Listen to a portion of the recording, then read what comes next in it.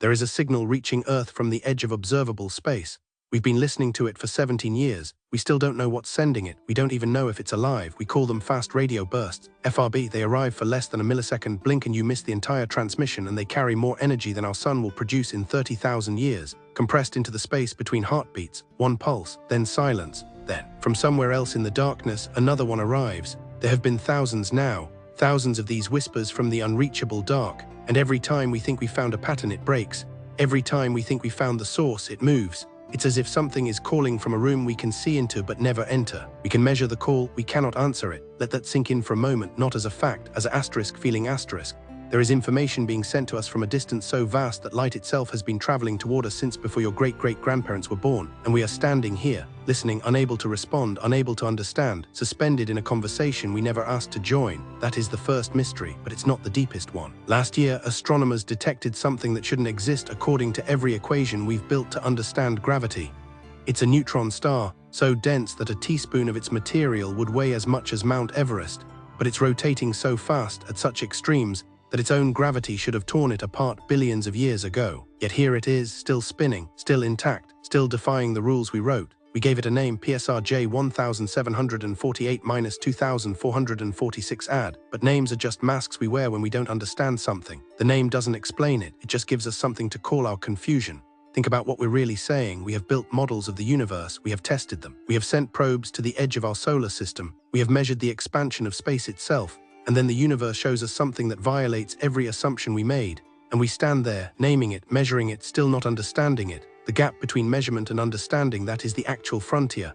That is where we all are right now, whether we know it or not. There's more, much more. In 2015, astronomers noticed something in the data from the Kepler Space Telescope. A star called KIC 8,462,852, also called Tabby's star, was dimming in patterns that didn't match any known phenomenon.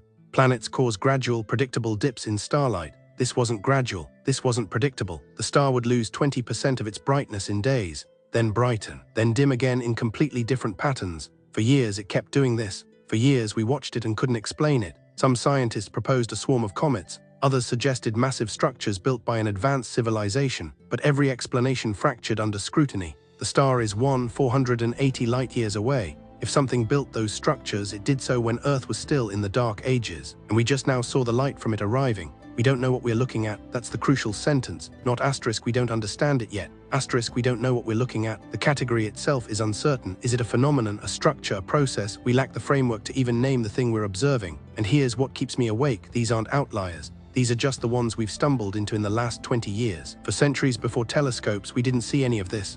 For millennia, it was all invisible, hidden, still happening, still sending signals, still existing, but completely beyond our reach.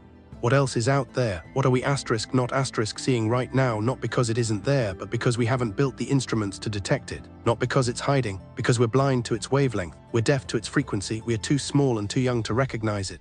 This is what fascinates me about these mysteries. They don't feel like problems waiting for solutions. They feel like reminders. Reminders that the universe was here before we arrived with our equations and our names and our desperate need to explain. It was doing its own thing, operating by rules we haven't even conceived of yet. Sending signals into the dark, spinning objects at speeds that shouldn't be possible, dimming stars in patterns we can't predict, and we get to witness some of it, by accident, by pointing our instruments in random directions and hoping something arrives. The fact that we're confused, that we have to sit with these mysteries and admit we don't know, isn't a failure of science. It's the asterisk purpose asterisk of science. To be honest about the boundaries of what we know, to stand at the edge and look out. When you see these mysteries reported in the news, the framing usually is, asterisk, scientists are working to solve it. A theory suggests, asterisk, there's an impulse to resolve the discomfort, to offer a pathway toward understanding. But maybe the mystery itself is the point. Maybe the honest response isn't to build a theory quickly. Maybe it's to sit here, in the not knowing, and feel the scale of what we are staring at. There are signals we can't decode, objects that shouldn't exist, stars that dim in ways we can't predict, and they're all real, all happening right now, all indifferent to whether we understand them.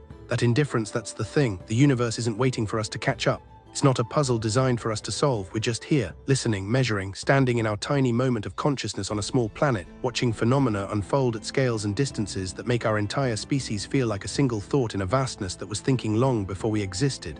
I don't have answers for you. I have these mysteries instead, and the invitation they contain, to sit with the unknown long enough that it stops feeling like a problem, to let it feel like what it actually is, An encounter with something so much larger than ourselves that the only honest response is wonder. The signals keep arriving. The stars keep spinning. Tabby's star keeps dimming in patterns we can't predict. And we keep watching, still confused, still searching, still small, and somehow that's enough.